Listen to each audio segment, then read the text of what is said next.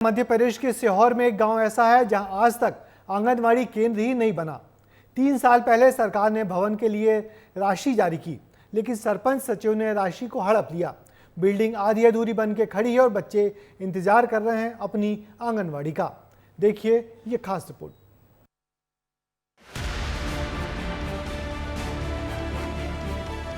आंगनवाड़ी के नाम पर भ्रष्टाचार, सरपंच सचिव गए राशि डका, कार्रवाई कब करेंगे जिम्मेदार।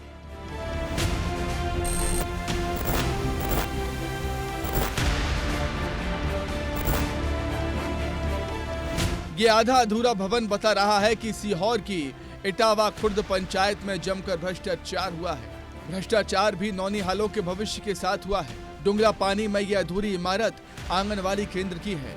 आज तक इस गांव में आंगनवाड़ी शुरू नहीं हो पाई। 3 साल पहले 9,90,000 रुपए स्वीकृत हुए थे। भवन का काम शुरू हुआ, सरपंच सचिव ने राशि निकाल ली, लेकिन बिल्डिंग आज भी आधी अधूरी है।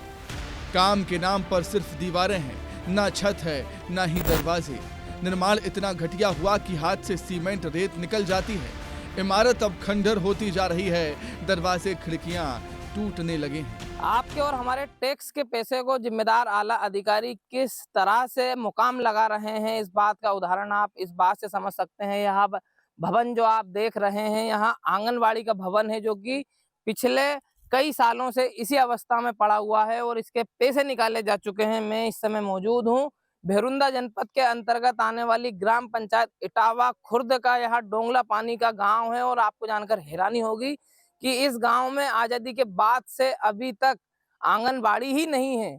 यानी आदिवासी यह बहुल्य क्षेत्र है। सरकार जहां एक और आदिवासी लोगों को पढ़ाने के लिए तमाम प्रकार के बड़े बड़े दावे कर रही है, करोड़ों रुपए खर्च कर रही है, लेकिन उन्हीं के जनप्रतिनिधि और उन्हीं के जिम्मेदार आला अधिकारी किस प्रकार से सरकार की इस पवित्र मंशा को पलीता लगा रहे हैं। आप छोटे छोटे मासूम प्रारंभिक शिक्षा के लिए तरस रहे हैं। पोषण आहार जैसी सुविधाएं आदिवासी बच्चों को नहीं मिल पा रही। स्थानीय लोगों को जब पता चला कि राशि निकालने के बाद भी काम नहीं हुआ, तो उन्होंने कई जगह इसकी शिकायत की, लेकिन आज तक कोई कार्रवाई नहीं हुई।